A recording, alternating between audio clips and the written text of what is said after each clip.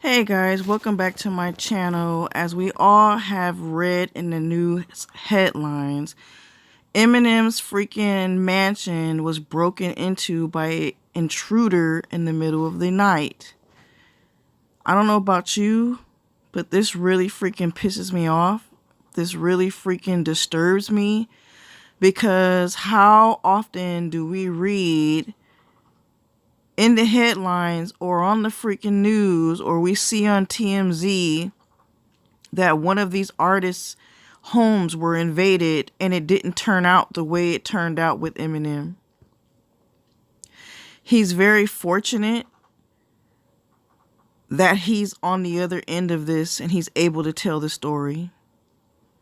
Because sometimes these situations do not turn out positive. And to just think, guys, this was a person who considers themselves to be a stan. Somebody who looks up to Eminem, admires Eminem, likes his music, and like many of us, probably just sits and absorbs and soaks in every bit of Eminem. But on the flip side of that, sometimes these stans are not all what they're cracked up to be. Sometimes these stans are not mentally stable. In this situation, it could have went wrong. It definitely could have went bad. It could have went sour. Thank God Eminem was on his P's and Q's, that he actually was alerted somehow that this intruder was in his house, because his bodyguards that were hired to do a job did not do their job. This one individual was able to get past his bodyguards, took a brick of some sort, busted open his window, entered into his home, and approached Eminem. Could you imagine if that was you? Could you imagine if you're someone like Eminem, to his magnitude, to his status of celebrity, to know or hear that something's going on in your house and then turn around and there's someone that you are not familiar with in your home, an intruder?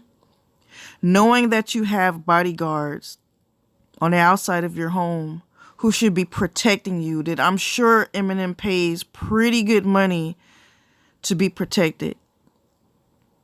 And yet, an intruder is in his home and is standing over him. My God. That's all I can say. My God. Thank God Eminem was alerted by a sound, by even maybe just a mere presence of something not feeling right in his home. However it may be, thank God that he was alerted and that he was on his P's and Q's, because this could have been a different situation, guys. And I'm speaking to you guys with emotion because we could be reading a headline or reading or sitting back and watching the news right now on how our beloved Eminem lost his life at the hands of a stan. You see what I'm saying? This could have been so bad.